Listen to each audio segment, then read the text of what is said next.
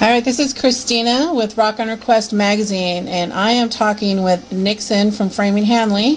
Having a good day today out there in Tennessee, Nixon? I'm doing awesome. I slept in until about 30 minutes ago. I'm good to go. There you go. God, that's such the rock star life, isn't it? It's really overrated. When sleep is all you do every day. That's true. Play video games, it gets old after a while. But we got good news today. We're about to head back out on the road, so... Well, I'm glad that are you going to be able to tell me about that later on in the interview? Yeah, sure. Awesome, good, because I've been dying to see some new tour dates come up, and I haven't seen any forever, so we'll talk about that for sure. Find some stuff out ourselves, too. So finally we could order today. I can't imagine. I don't know any musicians who don't want to be out on the road, so... Yeah. Well, I don't know if you remember, but we did an interview, gosh, it's probably been close to a year. It's been a little while. I think it was last December. I was up in Michigan, I think, at the time. Yeah, that's right. You do remember. That was really a great talk we had, but this time I have to admit that I'm a little more excited because you have so much going on that is really going to be great to talk about. So if at any point you have to go, just let me know, and I'll be glad to let you go. Well, not glad, but I'll do it. I just want to make a statement before we get rolling that we knew that you guys were going to blow up. So I want it to go on record that we knew it first. And it's really exciting to see. And I think that it took people some time, but no matter how it's going down, I'm really glad to see you guys get some recognition right now. So congratulations. Thanks a lot. We got a long way to go, but things are fun right now. So I don't know if you remember me telling you this, but I told you last time that I've sort of had a good track record with seeing an artist or hearing them for the first time and knowing where they're going to end up. And I already knew it about you guys, and it's finally happening, and I don't see it slowing down. That's my prediction, so you can hold me to that. I see great things for you guys, so I'm very happy for you. I'm going to blame you if it closed down. Yeah, there you go. You can come find me. I'll be No, oh God, don't say that. Now I'm going to have to really watch it closely. All right, let's get this out of the way. We need to talk about Lollipop for a minute. All right. It's going to be kind of hard to not talk to you, or to talk to you and not talk about that. So I know that this kind of came out of just playing this at your shows, right? Just something you did for fun with your fans? Yeah, exactly. I mean, it was just, we were actually fans of the song. I'm actually a really big Lil Wayne fan. I listen to a lot of hip-hop, actually. And, I mean, that song just had such, like, an awesome hook to it. And I was like, man, this would be a fun song to play live. Right. And, we played it at a show in Nashville, and we never plan on playing it again. And, I mean, a lot of our fans and stuff from, our hometown, they were like, hey, you guys going to record that song? We're like, no, we're not going to record it, but maybe we'll play it again. And we had a few shows, like, in this region lined up over the course of 2 weeks, I think. And we threw that in the set list every night. I mean, the response was pretty much overwhelming. I mean, our MySpace saw a lot of traffic, and we had a lot of comments from people at the shows about that song. So they were all asking if we had any plans to record it. So we did, like, a little basement, like, home studio recording of it, and put that up at first. And, I mean, the plays on that were, like, pretty outrageous. Like, right. For something that was just, like, such a small recording. And so the label saw that, and they asked us, to go in the studio and record a full studio version of it, so we did. And, I mean, we never expected this to be a single. We never expected to shoot a music video, which, I mean, I can't complain because we've had a ton of fun, like, over the past, 2 or 3 months that it's been out. But, I mean, the plays on the MySpace have been astronomical with that song. I mean, I think we're, like, nearing 1.4 million plays on that song already, and it's only been up for, like, 3 or 4 months. So isn't that crazy when you think about it? When you think of how long everything else has been up on the page and made the rounds on the page from the moment, and you get this one song that you did for fun, and it's just blowing everything out of the water. I mean, that's got to just blow your mind. I mean, the awesome thing is I mean, it's a tool. It's serving pretty much as a tool for people to, find out about our band. I mean, there's a lot of people that, had no idea who Framing Hanley was, and this song has kind of opened up the door. Right. And introduced us to them. I mean, our sales on iTunes for the moment, which, before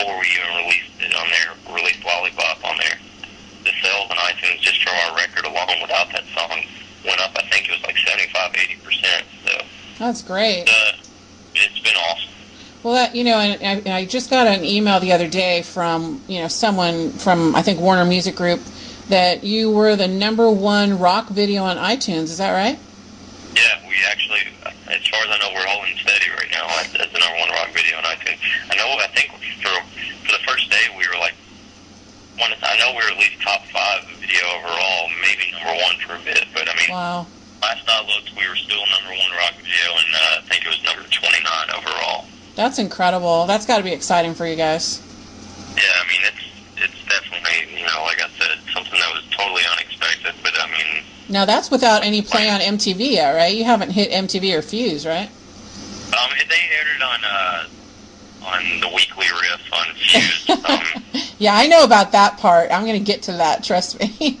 yeah, but MTV, I don't even know if they're going to be able to play it. I think the lyrics might be a little questionable for them, they said, so... Huh, well, there was a little editing of it, but, they've played far more, I think, far stronger ones than that. So in my opinion, their original programming and their dating shows and stuff are worse than that. So. Thank you. I know. I agree.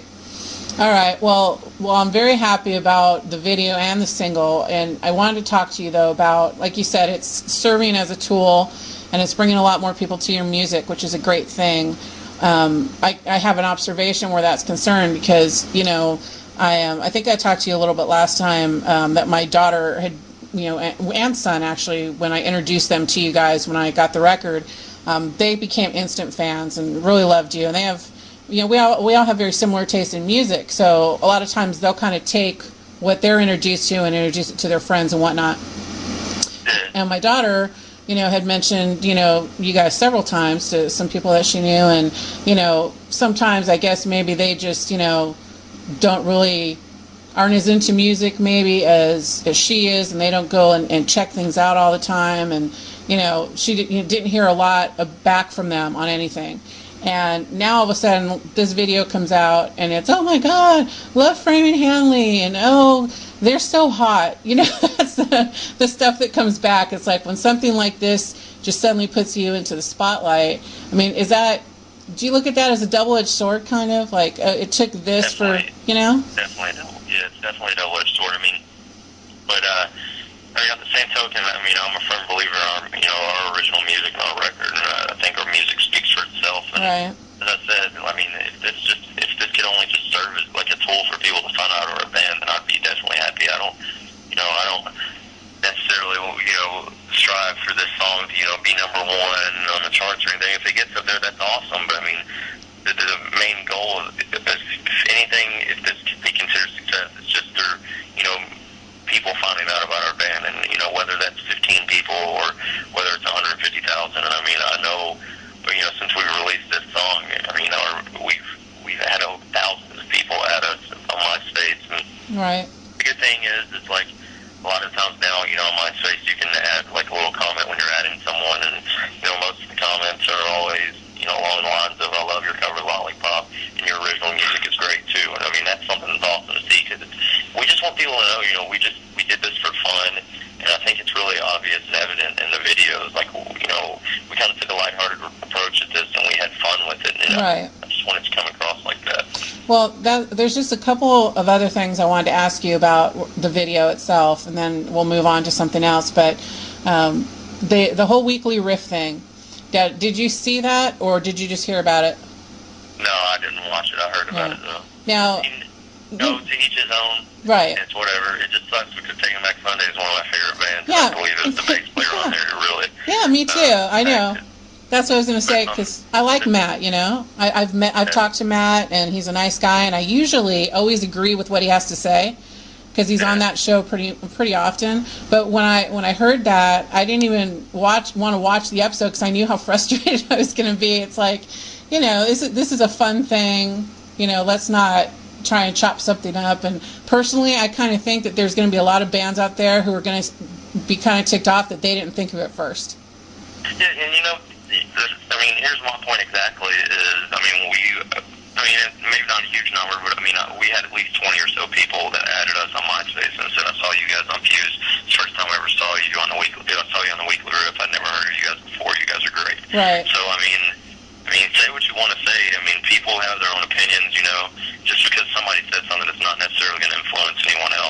Right. I mean, it just served as another tool, you know, for people to hear about us. And, you know, like I said, that's all you can ask for. That's and, I mean, like I said, I don't even know what they said. I heard that one of the guys really did like it, though. I think it was the DJ or something like that, or it was like a dude from Def Jam Records or something like that. I heard that he said that he liked it, and then somebody said they couldn't hear what the chick was saying, but yeah, I heard. Yeah, I think it was split down the middle. I think it was, you know, Matt and then this radio personality out of LA that I've heard of. Were on one side and the other two are on the other, and you know, and that's fine, you know, but I'll take 50-50. There you go. I mean, I guess what it is like you said, there's really no bad publicity, because if it's putting you out there, then there's going to be that split. There's going to be people who are going to say, oh, nobody should ever cover that song, and other people who are going to love it. For me, and this is just me, and everyone can, you know, write in or call or leave me hate mail, but I like your version better. So I like Lil Wayne's version better just because his is original, and I love Lil Wayne. But I know. Thank you very much. And we understand. I mean, there have been a lot of people, you know, that compare the two versions, especially on YouTube. If you look at the comments, we have, you know, all the Lil Wayne fans and then our fans, and I even left the comment. I was like, you know, hey, I'm a fan of Lil Wayne's version. I think that, you know, him and Sergeant Majors were the genius behind that song. And I was like, you know, we just did something for fun with it, and it's turned into what it's turned into. You know, it took on a life of its own. Totally, we didn't push this. I mean, at first it was just something, you know, our label sent it out to a few stations just to test spin it. And I mean, I believe it was like top 3 in phones and reports, and like every station that was playing it. And it's like, that's crazy. So it kind of just took on a life of its own totally. And I mean, I want. If you want to know, honestly, my main thing is I hope more than anything that Lil Wayne likes it. That's what I want to find out, is just his reaction to the song. Yeah, I was curious. I wonder if, you know, I wondered if he had said anything about it yet, and I haven't seen anything. So, I mean, I think when someone does a cover of a song that's been made popular like that by a high-profile artist, I just think it's the sincerest form of flattery. You know, if they're not trashing it in some way or, you know, making a mockery of it, I just think that, you know, that is flattering, and hopefully he'll take it that way. I'm sure he will, you know. So let's just talk about one other thing, because we kind of talked last time about your acting. Somebody had made mention on the Hear Me Now video, I think you had said, about, you know, your acting, and we laughed because you really, you know, didn't have any lines or anything. So this time around on the video, you actually had to work a little magic in the beginning, and you had to play your game there. So how did that go down? It's one of the things, honestly, where if we could redo it, I would definitely do some things differently. There's some parts where I sound like Ron Burgundy reading a teleprompter with a question mark on it. There you go. It's not like that. It was actually editing, especially in the beginning of the video. I go, my friends are idiots, and the thing is originally, you know, she's like, I'm sorry, my friends are crazy, and I go, it's cool, because my friends are idiots, and idiots and crazies party well together. Because those guys that were leaving at the beginning of the video were originally her friends, not my friends. Okay. So, it was a combination of that, and me and her had to overdub our scene, because there was a lot of background noise and stuff when we shot it originally. So that kind of gave it, you know, to me, there's parts of it where I think, you know, it could come across a lot better, and it also probably, me drinking a whole bottle of wine and a few beers during the shooting of that probably helped contribute to that. But if we could redo some stuff, we would. I know someone left a comment on YouTube that said acting is like a softcore porn, and I was like, oh man, that's terrible. No. Well, I mean, I have discussed with Mason Dixon, you know, the director of our video, and I want to continue to, with all of our music videos, you know, kind of push the envelope and do, you know, something different and more theatrical with our videos, you know, just so you can kind of see the progression as we grow and mature as a band.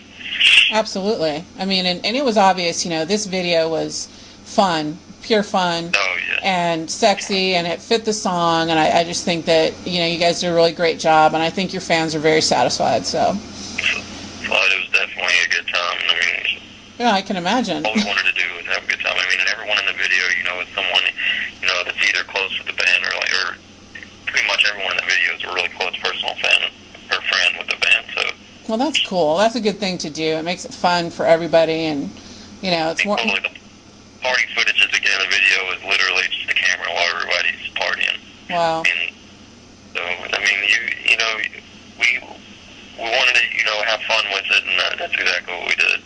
Well, it was very well pulled off, and everyone's enjoyed it, and we're featuring it on the site. We have been since you released it.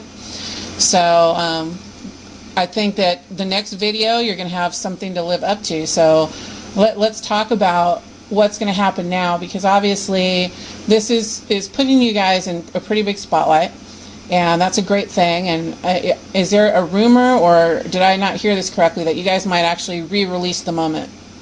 Yeah, actually, we did do the digital release on iTunes this past Tuesday, okay. And November 18th, I think, is going to be the street date for the enhanced CD, the re-release of The Moment, and we'll have Lollipop and the video for Lollipop on it. Oh, that's great. I think it's good to do that, because it's such a great CD, and with more people now becoming Framing Hanley fans that are going to want to grab this, it's a good thing to put it out there with Lollipop on it. So, in case I don't know if I mentioned this to you before, but this is one of those CDs that you put in, and literally there isn't one single track I would want to skip. You could listen to it, 2 and 3 times in a row and never get tired of it, because there's just not a bad track on it. So, I'm just glad to hear you still say that. No, it's so true. A year later, too. I mean, that makes me feel great. Nixon, I was listening to that today. I listened to it yesterday, and I have a lot of music that crosses my path. Trust me, I stare at stacks of CDs people send me to listen to, and that's one of the ones that is in my personal stash in my car that is great for any time I'm on a road trip, anytime I'm just driving around town. I will listen to that from start to finish, and usually twice. Awesome. So, yeah, I'm really glad to see it coming back out there for everybody. So with that in mind, after Lollipop dies down, maybe if that happens, are you going to start re-releasing singles off there to radio? I think it's one of those things where we're just going to see, what kind of doors this open. I mean, obviously with the tie-in and the track with, a part of Hear Me Now in it could be one of those things where it kind of opens up and makes it easy to re-release that song. But I mean, there's been discussion of, if that happens, but also if that doesn't happen, we're ready to go in the studio and start working on our next CD. We've been writing.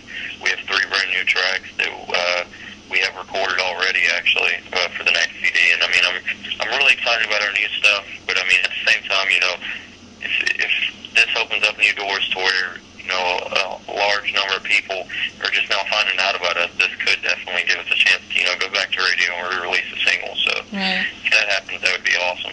Well, it would be, because we talked about 30 Seconds to Mars in our first interview too, and that's one thing that, I mean, they've been on this same CD for how many years now, just because it's been released, it was re-released out here, it was released then in other countries, and it's just they just won another award for it the other day, how many years later.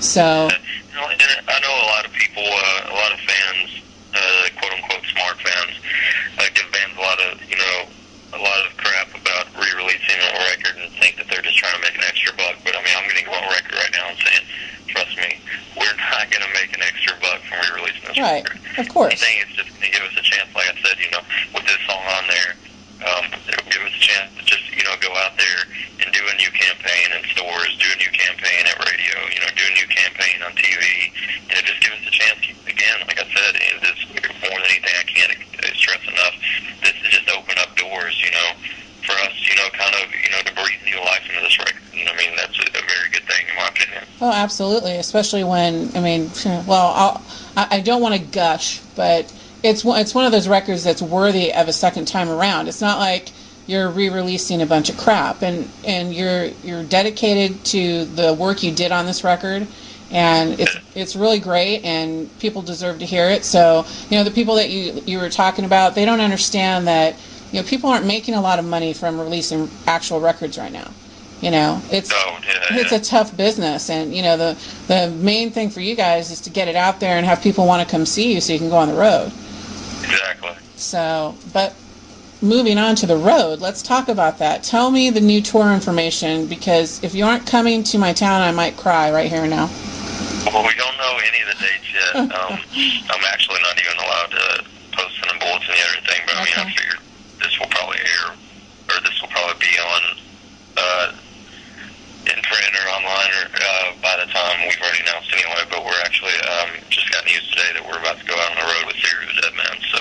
That's awesome.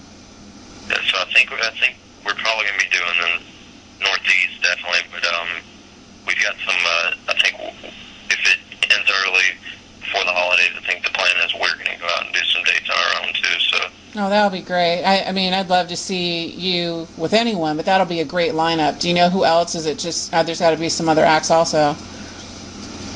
What's that? I said, do you know who else would be on that bill besides you and Theory? I think Pop Evil is the other band. Wow, that would be a fun night. Yeah.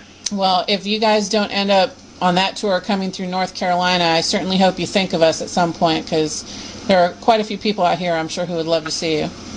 Yeah, I don't think we've even been out there yet, so. I know, which is really sad. So, yeah. You know, I'll let you know the great places to go out here. There's some really good clubs, and we'd love to have you. So, Yeah. I will bug your publicist until you get here. Trust me. All right. Okay, so let's talk about the last couple things, which are kind of fun things, and you'll have to tell me if you're up for them or not. All right. All right. Well, we kind of started doing something where we play show and tell. We're not in person, so you can't necessarily show me, but you can tell me. So if you're up for it, do you have anything by you in your pocket, anything you could take out that you want to share with us and tell us why you like it so much? There's nothing in my pocket right now because I'm actually still in bed in my boxers because I'm a bum. You know, you just gave everyone a visual for the interview, so thank you. Appreciate that one. There you go. People now they know at 4 p.m. Central Time. Since Framing Hanley is so lazy, he's still in bed. You're a total bum, and yeah. So you don't. My girlfriend's little teddy bear is sitting here beside me. It's pretty lame, but that's the only thing close to me. That and an Xbox 360 remote control. Awesome. So tell me about the teddy bear. What does it look like? It's like a little Build-A-Bear thing that I got her. Aw, sweet. Actually, when I got back from tour. And she's from California, so she makes fun of the way I say why. And there's a little sample thing in there of me saying why on it. Oh, my goodness. But let me see if you can hear this. Come on. That's perfect. I love it. Yeah. So she's out in California, huh? No, she's from California. Oh, okay. She's out here now. Awesome. Well, I'm from California, too. So, what, is she from Southern California or Northern? She's from Newport Beach. Oh, great. Yeah, I have relatives all out in Orange County still. So, well, very cool. She's out there with you, so that's good. Yeah, she moved back here in April. She's actually, she is the girl in the video. Well, there you go. Okay, so now we have the dirt on Nixon's girlfriend, and she's gorgeous. And no wonder you looked very comfortable with her in the video. Yeah, I would not have been able to do that, I don't think, otherwise. Yeah, well, that's good. That's awesome. She's very, very, very beautiful. Thank you. You're welcome. And now you get to do what we always do at the end of my interviews, and you get to ask me a question. Let's see. What expectations did you, as far as when you first heard, that we were covering Lollipop, what were just your thoughts then, before you heard the track? Okay, I'll be completely honest with you, so don't be mad at me, okay? Oh, no, totally. Okay. That's exactly what I had. Okay, I know. See, you're going to make me really dig deep here, but I am not a huge Lil Wayne fan, okay? Oh, yeah? It's not that, I have anything against him whatsoever. It's just, I don't know, maybe because all I've ever listened to pretty much my whole life has been rock. That's really where my heart lies. So there isn't a lot of other stuff that I really enjoy as much. And when I do, like hip-hop, rap, it's really old school stuff. So, I've never really just been on the bandwagon. So, I really didn't know what to expect. To answer your question, I wasn't sure how it was going to turn out, except I knew enough about you guys and loved your music that I thought, well, there's no way I would not listen to this. I have to hear what this sounds like. And I was beyond pleasantly surprised. It was great. So, yeah, I was blown away because it really just it's such a departure, but it still kept the flavor of the song, if you know what I mean. Yeah, totally. So, yeah, I really loved it, and I didn't know what to think, but I'm definitely opposed to Matt Rubano on this one. I think it's fantastic. Awesome. Now I'm going to have to... Well, he can say what he wants because he's an awesome band. I know. He is. For me, it was just one of those things where, I mean, I've been a huge fan of theirs since the beginning, and it was just weird, knowing that on Fuse, somebody that, that is in one of my favorite bands actually mentioned, whether negative or bad, or good, the fact that he said my band's name, or, he was talking about that was just an honor to me, so yeah. Shows still how big of a fangirl I am. I think we all are, though. It's like I talk to a lot of people, and it just, there are still those people that if I actually sat down with them, I'd be flustered, Yeah. So I interviewed Sebastian Bach not long ago, and that was very cool. Or I photographed Journey and Cheap Trick and Heart, and that was amazing. Me, it'd probably be Axl Rose and honestly Rob Thomas, probably. Really? Wow. Yeah, I've been a huge Rob Thomas fan, for that matter, a huge Matchbox 20 fan since the beginning. I just think he's one of the greatest songwriters, in music today, and just being an honor to meet that guy. They're fantastic. Though, like I told you before, Guns N' Roses are the reason that I'm in rock, so. Right. Well, I didn't even know that Axl and Sebastian were really close friends to that degree until I interviewed Sebastian, and they're just really, really tight. And it was interesting because you hear a lot of negative about Axl, out there, and it was nice to talk to someone who's actually his close friend who could put a totally different spin on who Axl is now. And they actually covered Back in the Saddle by Aerosmith together on Sebastian's new record, and it was amazing. If you haven't heard it, I recommend you listen. But yeah, fantastic. So I have nothing else for you. If there's anything you want to say to the masses out there, this is going to be available on iTunes. So everyone who goes to iTunes will know that you're laying in bed in your boxers doing an interview. So it'll be great. Yeah, that's what I do until about 5 o'clock in the afternoon. And then finally I get out of bed and take a shower and eat a sandwich. Well, great. That sounds like... It's because tour, though.